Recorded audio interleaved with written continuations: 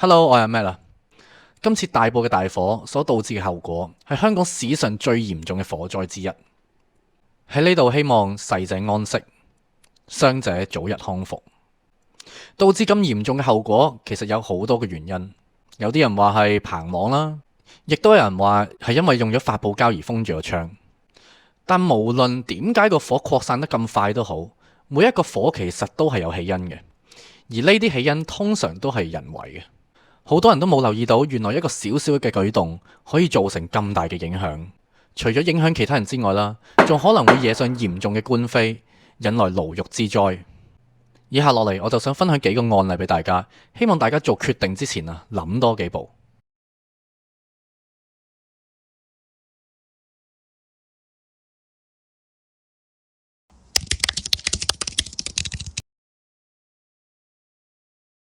咁喺1983年，英國就有個 case 喎。咁入面呢，就有個流浪漢喎。咁喺一個寂寞難耐嘅夜晚呢，呢一個流浪漢就飲大咗兩杯啦。咁佢就去咗一間冇人住嘅屋度，諗住瞓翻一晚啦。咁臨瞓之前呢，佢就點起咗支煙，但係佢未食完支煙之前呢，佢就瞓着咗。咁瞓下呢，佢就發現，間房着火喎。咁正常人喺呢個 moment 都應該會嚇親，去救火或者去報警咁啦。點知呢個流浪漢呢，佢就望一望個火，覺得冇乜嘢，就走咗去第二間房繼續瞓。而結果呢，就係呢一場火將成間屋都燒咗。最後呢一個流浪漢就被控 arson， 即係縱火啦。嗱，俾少少 background 大家，基本上罪案要入理罪呢，有幾個基本嘅條件嘅。第一，你先要有一個犯罪嘅動作，即係我哋所謂嘅 actus reus， 同埋一個犯罪嘅動機，即係我哋所謂嘅 mens rea。而呢兩樣嘢呢，係需要同時間被證明嘅。咁喺呢個 case 啦，呢一個流浪漢一來佢就飲醉咗啦，二來佢都係諗住食支煙啫，從來都好似冇諗過會縱火，咁又好似冇乜動機。咁當時個 court 就認為，正正係因為你乜都冇做，所以你就有犯罪嘅動機啦。聽落都幾 confusing 啊！嗬，正所謂自己搞出嚟嘅大頭佛，自己負責翻啊嘛。既然當時呢一個火係呢一個流浪漢搞出嚟嘅，當佢發現呢個火嘅時候，佢應該去嘗試去滅火，或者至少去報警啊。但係唔係，佢就乜都冇做，仲要走去第二間房度瞓添。雖然佢當時係飲醉酒，一分都朦朦朧朧，可能好難去控制自己嘅行為嘅。咁但係記住，飲酒呢樣嘢係冇人逼佢飲噶嘛。咁所以喺法例上面呢，主動飲醉酒從來都唔係一個 defense 嚟嘅。而且佢當時都可以走去第二間房度瞓啦。咁即係話佢醉極朦朧極都有個譜啊。咁最後呢一個人就因為佢點着咗個火，然之後忽視後果，亦都唔做一啲補救嘅行為，例如滅火或者係報警，而俾個 court 認為佢出現咗犯罪嘅動機，所以判佢有罪。不過提醒下，就算當時佢冇被控 arson，佢都好有機會因為其他 legal principle 而判佢有罪。咁但係呢樣嘢我哋留翻之後有機會再講啦。嗱，雖然呢個 case 咧就唔係發生喺香港啦，又有啲歷史啦，咁但係呢一個案例咧所帶出嘅道理喺香港係適用嘅。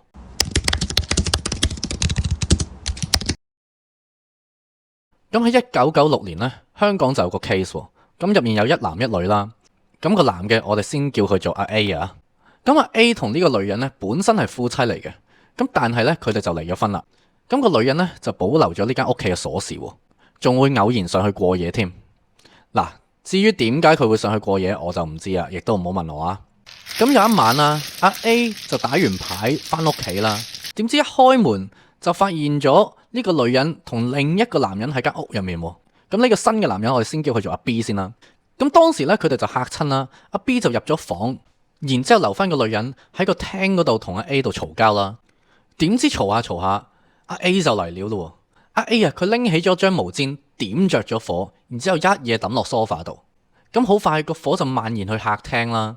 咁最離譜嘅呢，就係阿 A 點完火之後呢，佢就行出咗佢嘅單位，然之後將道門鎖住咗，令到阿 B 同個女人都冇辦法喺正門嗰度行翻出嚟去逃生啊。咁好彩佢哋最後係冇搞出人命嘅。當時阿 A 嘅解釋呢，就係，其實佢點起個火呢，並唔係話想放火啊，而係佢想逼阿 B 喺間房度出翻嚟，大家好好咁傾下。佢亦都曾經想解釋話，佢個火係因為佢嘅煙頭而唔小心點着嘅。咁當時香港嘅法庭就 refer 翻去我上面所分享1983年嘅英國案例，佢哋就話無論你當時係點諗或者點樣解釋都好，阿 A 你嘅行為已經出現咗犯罪嘅動機。咁所以啊，到底個火係佢主動放啊，定係唔小心放啊？呢個係完全 irrelevant 嘅，因為嗰個火點着咗之後，佢行開唔去處理嗰個火，咁就證明咗佢有呢個犯罪動機啦。而呢一個1996年嘅案例，去到今時今日都仲用緊㗎。好啦，聽完以上嗰兩個案例啊，大家又會唔會好好咁審視下自己嘅行為呢？上面嗰兩個案例都話俾大家知，每當你做一件事、做一個決定之前，都應該好好咁考慮個後果。唔小心並唔係一個藉口，一個小小嘅煙頭，一個小小嘅火種，牽連嘅可能係無數嘅家庭或者人命。自私啲咁諗啊，如果因為一啲咁細嘅行為或者貪一時方便而葬送自己嘅一生或者前途，咁又值唔值得呢？我相信人唔一定次次要去到有後果發生或者要去到坐監先至會識得反省噶嘛。去到呢條片出之前，我哋都未知道大埔大火嘅起因，亦都唔知道到底會唔會揾到起因。但係如果我哋可以多啲反省自己嘅行為，多啲諗多一步，多啲考慮嘅後果，呢啲咁嘅意外又會唔會減少好多呢？